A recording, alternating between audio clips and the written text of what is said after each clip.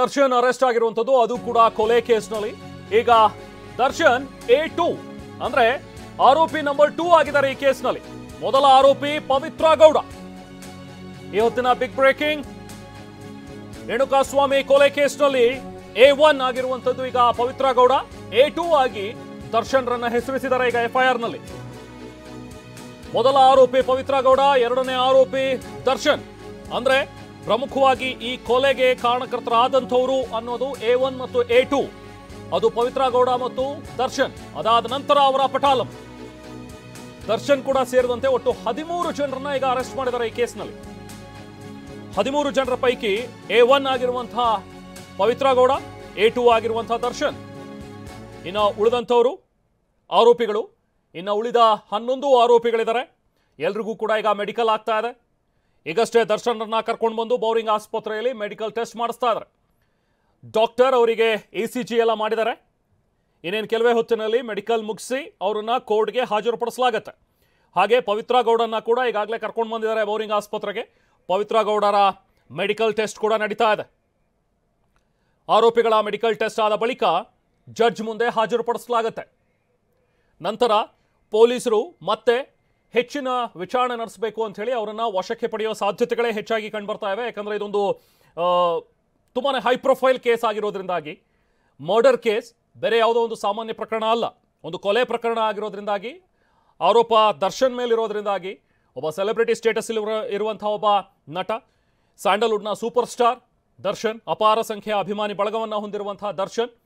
ಹಾಗಾಗಿ ಇದೊಂದು high profile case ಆಗಿರೋದ್ರಿಂದಾಗಿ ಇದನ್ನ ತುಂಬಾನೇ ಸೀರಿಯಸ್ ಆಗಿನೇ ಪರಿಗಣಿಸಬೇಕಾಗತ್ತೆ ಅಫ್ಕೋರ್ಸ್. ಸೊ ಹಾಗಾಗಿ ಈಗ ಇವರನ್ನ ಮತ್ತಷ್ಟು ದಿನಗಳ ಕಾಲ ವಿಚಾರಣೆಗೆ ಬೇಕು ನಮಗೆ ಅಂತ ಹೇಳಿ ಕೇಳುವಂತಹ ಸಾಧ್ಯತೆಗಳಿವೆ. ಜಡ್ಜ್ ಮುಂದೆ ಹಾಜರುಪಡಿಸಿ ನಂತರ ತಮ್ಮ ಸುಪರ್ದಿಗೆ ಪಡ್ಕೋತಾರೆ ಪೊಲೀಸರು. ಅದಾದ ನಂತರ ವಿಚಾರಣೆ ಮುಂದುವರಿಯುತ್ತೆ. ಈಗ ನೋಡಬೇಕು ಕೋರ್ಟ್ಗೆ ಪ್ರೊಡ್ಯೂಸ್ ಮಾಡಿದಂತಹ ಸಂದರ್ಭದಲ್ಲಿ ಕೋರ್ಟ್ನಲ್ಲಿ ಏನೆಲ್ಲ ವಾದ ವಿವಾದಗಳಾಗತ್ತೆ. ವಾದ ಪ್ರತಿವಾದದ ನಂತರ ಜಡ್ಜ್ ಯಾವ ರೀತಿಯಾಗಿ ತಮ್ಮ ಒಂದು ಆದೇಶವನ್ನು ನೀಡ್ತಾರೆ ಅಂತ ಹೇಳಿ. ಆಲ್ಮೋಸ್ಟ್ ಬಹುಶಃ ಪೊಲೀಸ್ ಕಸ್ಟಡಿಗೆ ನೀಡಲಾಗತ್ತಾ ಅಥವಾ ನ್ಯಾಯಾಂಗ ಬಂಧನಕ್ಕೆ ನೀಡಲಾಗತ್ತಾ ಅನ್ನುವಂಥದ್ದು ಇನ್ನೇನು ಕೆಲವೇ ಹೊತ್ತಿನಲ್ಲಿ ಗೊತ್ತಾಗತ್ತೆ. ಈಗ ಕೊಲೆ ಕೇಸ್ನಲ್ಲಿ ನಟ ದರ್ಶನ್ ಆರೋಪಿ ನಂಬರ್ 2 ಆಗಿದ್ದಾರೆ. ಇನ್ನು ಪವಿತ್ರ ಗೌಡ ಆರೋಪಿ ನಂಬರ್ 1. ಬನ್ನಿ ಡೀಟೇಲ್ಸ್ ಪಡೆಯೋಣ. ನಾವು ಪ್ರತಿನಿಧಿ ಕಿರಣ್ ನಮ್ಮ ಜೊತೆಗೆ ಜಾಯ್ನ್ ಆಗಿದ್ದಾರೆ. ಕಿರಣ್, ಈಗ ಆರೋಪಿ ನಂಬರ್ 1 ಪವಿತ್ರ ಗೌಡ, ಆರೋಪಿ ನಂಬರ್ 2 ದರ್ಶನ್. ಅಂದ್ರೆ ಈ ಕೊಲೆ ಪ್ರಕರಣದಲ್ಲಿ ಪ್ರಮುಖವಾದಂತಹ ಕಾರಣಕರ್ತರು ಅಂತ ಹೇಳಿದ್ರೆ A1 A2 ಅನ್ನೋ ರೀತಿಯಲ್ಲಿ ಈಗ ಬಿಂಬಿತವಾಗ್ತಾ ಇದೆ. ಅಂದ್ರೆ ದರ್ಶನ್ ಅವರ ಪಾತ್ರ ಕೂಡ ಇದರಲ್ಲಿ ಪ್ರಮುಖವಾಗಿದೆ, ಪವಿತ್ರ ಗೌಡ ಅವರ ಪಾತ್ರ ಕೂಡ ಪ್ರಮುಖವಾಗಿದೆ ಅನ್ನುವಂಥದ್ದು ಈ FIR ನಲ್ಲಿ ತೋರಿಸ್ತಾ ಇದೆಯಾ ಅಂತ ಹೇಳಿ ಏನ್ ಡೀಟೇಲ್ಸ್ ಇದೆ ಕಿರಣ್? ನಮಗೆ ಸಿಕ್ಕಿರುವಂತಹ ಮಾಹಿತಿ ಪ್ರಕಾರ ಈಗಾಗಲೇ ಈ ಒಂದು ಪ್ರಕರಣದಲ್ಲಿ, ಯಾಕೆಂದ್ರೆ ಫಸ್ಟ್ ಅನ್ನೋನ್ ಬಾಡಿ ಅಂತಾಗಿತ್ತು, ಕೇಸನ್ನು ರಿಜಿಸ್ಟರ್ ಮಾಡ್ಕೊಂಡು ಈಗ ಮರ್ಡರ್ ಕೇಸ್ ಆಗಿ ಕಾಮಾಕ್ಷಿಪಾಳ್ಯ ಪೊಲೀಸ್ ಸ್ಟೇಷನ್ನಲ್ಲಿ ಕನ್ವರ್ಟ್ ಆಯಿತು. ಈಗ ಈ ಒಂದು ಪ್ರಕರಣದಲ್ಲಿ ಇದೀಗ ಇರುವಂತಹ ಮಾಹಿತಿ ಪ್ರಕಾರ A1 ಆಗಿ ಪವಿತ್ರ ಗೌಡ, A2 ಆಗಿ ದರ್ಶನ್, A3 ಆಗಿ ಪವನ್ ಈ ರೀತಿ ಮಾಡ್ಕೊಂಡು ಬಂದಿದ್ದಾರೆ. ಅಂದ್ರೆ ಫಸ್ಟ್ ಟ್ರಿಗರ್, ಅಂದ್ರೆ ಫಸ್ಟ್ ಕಾನ್ಸ್ಪರೆನ್ಸಿ ಶುರು ಆಗಿದ್ದು ಅಂದ್ರೆ ಅಲ್ಲೇ ಅದನ್ನ ಮಾಡ್ಕೊಂಡು ಬಂದಿದ್ದಾರೆ. 120B ಅಂದ್ರೆ ಕಾನ್ಸ್ಪರೆನ್ಸಿ ಏನ್ ಮಾಡ್ಕೊಂಡು ಬಂದಿದ್ದಾರೆ. ಅಂದ್ರೆ A1 A2 A3 A4 ಅದು ಲೆಕ್ಕಕ್ಕೆ ಬರೋದಿಲ್ಲ. ಯಾಕೆಂತಂದ್ರೆ ಎಲ್ಲರೂ ಕೂಡ ಎಲ್ಲರೂ ಈಗಾಗಲೇ ಹೈಕೋರ್ಟಲ್ಲಿ ಕೆಲವೊಂದು ಸೈಟೇಷನ್ಸ್ ಕೂಡ ಇದೆ. ಎಲ್ಲರಿಗೂ ಕೂಡ 181 ಸೆಕ್ಷನ್ ಆಗಿದ್ಮೇಲೆ ಎಲ್ಲರೂ ಕೂಡ ಅಂಡರ್ ಬರ್ತಾರೆ. ಆದರೂ ಕೂಡ ರೆಕಾರ್ಡ್ಸ್ ಏನು ಮಾಡಿದ್ದಾರೆ, A1 ಆಗಿ ಪವಿತ್ರ ಗೌಡ, ಯಾಕೆಂದರೆ ಅಲ್ಲಿಂದನೇ ಕೂಡ ಇದು ಒಂದು ಟ್ರಿಗರ್ ಆಯಿತು, ಅಲ್ಲಿಂದನೇ ಶುರು ಆಯಿತು, ಕಾನ್ಸ್ಪರೆನ್ಸಿ ಶುರು ಆಯಿತು. ಈತನನ್ನು ಕರ್ಕೊಬರ್ಬೇಕು, ಈತನಿಗೆ ಅನ್ನೋದು ಪ್ಲಾನಿಂಗ್ ಕೂಡ ಅಲ್ಲಿಂದ ಆಯಿತು ಅನ್ನೋದು ಇದೆ. ನಂತರ ಆಕೆ ಕೊಟ್ಟ ಡೈರೆಕ್ಷನ್ ಮೇಲೆ ದರ್ಶನ್ ಎಂಟ್ರಿ ಆಗ್ತಾನೆ. ದರ್ಶನ್ ನಂತರ ಆತ ತನ್ನ ಏನು ಆಪ್ತರು ಯಾರಿರ್ತಾರೆ ಅವ್ರಿಗೆ ಇನ್ಫಾರ್ಮೇಷನ್ ಏನೋ ಕೊಡ್ತಾನೆ. ಅವರು ಆ ಮೂಲಕ ಚಿತ್ರದುರ್ಗದಿಂದ ಆತನನ್ನ ಅಲ್ಲಿಂದ ಕರ್ಕೊಬರ್ತಾರೆ. ಏನು ರೇಣುಕಾಸ್ವಾಮಿಯನ್ನ ಕರ್ಕೊಂಡು ಸುಮಾರು ಅಲ್ಲಿ ಪಿಕ್ ಮಾಡಿಕೊಂಡು ಕರ್ಕೊಂಡು ಬೆಂಗಳೂರಿಗೆ ಬರ್ತಾರೆ. ಬೆಂಗಳೂರಿಗೆ ಕರ್ಕೊಂಬಂದು ಸುಮಾರು ಒಂದು 2:30-3 ಗಂಟೆಗೆ ಆ ಒಂದು ಶೆಡ್ಡಿಗೆ ಕರ್ಕೊಂಡು ಹೋದ ನಂತರ ಅಲ್ಲಿಗೂ ಕೂಡ ದರ್ಶನ್ ಬರ್ತಾನೆ, ಪವಿತ್ರ ಗೌಡನ್ ಕೂಡ ಅಲ್ಲೇ ಬರ್ತಾರೆ, ಆ ಶೆಡ್ಗೆ ಹೋಗ್ತಾರೆ.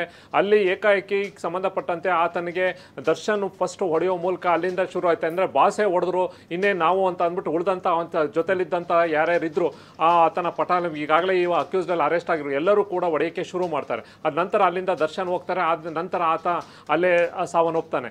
ಈ ಒಂದು ಪ್ರಕರಣದಲ್ಲಿ ಅಂದರೆ ಸ್ಟಾರ್ಟಿಂಗಿಂದ ಕಾನ್ಸ್ಪರೆನ್ಸಿಯಿಂದ ಶುರು ಮಾಡ್ಕೊಂಡು ಬಂದಿದ್ದಾರೆ. ಯೂಶಲಿ ಏನಂತಂದರೆ ಮರ್ಡರ್ ಯಾರು ಮಾಡಿದ್ರು ಅವರು ಬರ್ತಾಯಿದ್ರು. ಆದರೆ ಈ ಈ ಒಂದು ಪ್ರಕರಣದ ವಿಶೇಷ ಏನಂತಂದರೆ ಕಾನ್ಸ್ಪರೆಸಿ ಯಾರು ಮಾಡಿದ್ರು, ಯಾರಿಗೆ ಸಂಬಂಧಪಟ್ಟಂಗೆ ಎಲ್ಲಿಂದ ಶುರು ಆಯಿತು ಅಲ್ಲಿಂದನೂ ಕೂಡ ಹಂತವಾಗಿ ಮಾಡಿಕೊಂಡು ಈ ಕೇಸನ್ನು ಮಾಡ್ಕೊ ಬಂದಿದ್ದಾರೆ.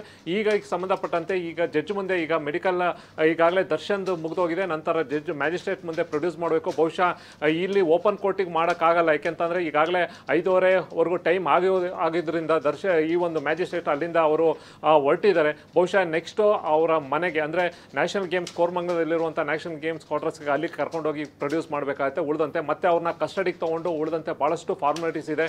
ಯಾಕೆಂತಂದರೆ ಅವ್ರನ್ನ ಸ್ಪಾಟ್ ಮಹಾಜರಿಗೆ ಕರ್ಕೊಂಡು ಹೋಗಬೇಕು. ಜೊತೆಗೆ ಅವನ್ನ ಸಾಯಿಸೋಕ್ಕೆ ಯೂಸ್ ಮಾಡಿದಂಥ ವೆಪನ್ಗಳಿರ್ಬೋದು, ಜೊತೆಗೆ ಅದಲ್ದಲ್ಲೇ ಯಾವ ವೆಹಿಕಲ್ನಿಂದ ಹೋದ್ರು ಅದನ್ನೆಲ್ಲವೂ ಕೂಡ ಸೀಸ್ ಆಗಬೇಕು. ಬಾಡಿನ ಡಿಸ್ಪೋಸ್ ಮಾಡೋಕ್ಕೆ ಆ ರಾಜರಾಜೇಶ್ವರಿ ನಗರದ ಶೆಡ್ಡಿಂದ ಕಾಮಾಕ್ಷಿ ಪಾಳ್ಯದವರೆಗೂ ಯಾವ ಗಾಡೀಲಿ ಬಂದರು ಅನ್ನೋದನ್ನು ಕೂಡ ಐಡೆಂಟಿಫೈ ಆಗಬೇಕು. ಗಾಡಿ ಕೂಡ ಸೀಸ್ ಆಗಬೇಕು. ಇದೆಲ್ಲವೂ ಕೂಡ ಬಹಳಷ್ಟು ಪ್ರೊಸೀಜರ್ ಆಗಿ ಪೊಲೀಸ್ ಕಸ್ಟಡಿಗೆ ತೊಗೊಂಡು ಉಳಿದಂತೆ ಎಲ್ಲವೂ ಕೂಡ ಮಾಡುವಂಥ ಕೆಲಸವನ್ನು ಒಂದು ಕಡೆ ಮಾಡ್ತಾರೆ. ಇನ್ನು ಉಳಿದ ಇದೇ ಪ್ರಕರಣಕ್ಕೆ ಇನ್ನೂ ಸಾಕಷ್ಟು ಎವಿಡೆನ್ಸನ್ನು ಕಲೆಕ್ಟ್ ಮಾಡಬೇಕು. ಯಾಕೆಂತಂದರೆ ಇಲ್ಲಿ ಒಂದು ಆತ ಬಂದಿದ್ದು ಒಂದು ಕಡೆ, ಆತನ ಒಂದು ಟ್ರ್ಯಾಕ್ ಯಾರು ಕರ್ಕೊಬಂದು ಎಸ್ ಕಿರಣ್ ಮಾತಾಡ್ತೀನಿ ಒಂದು ನಿಮಿಷ.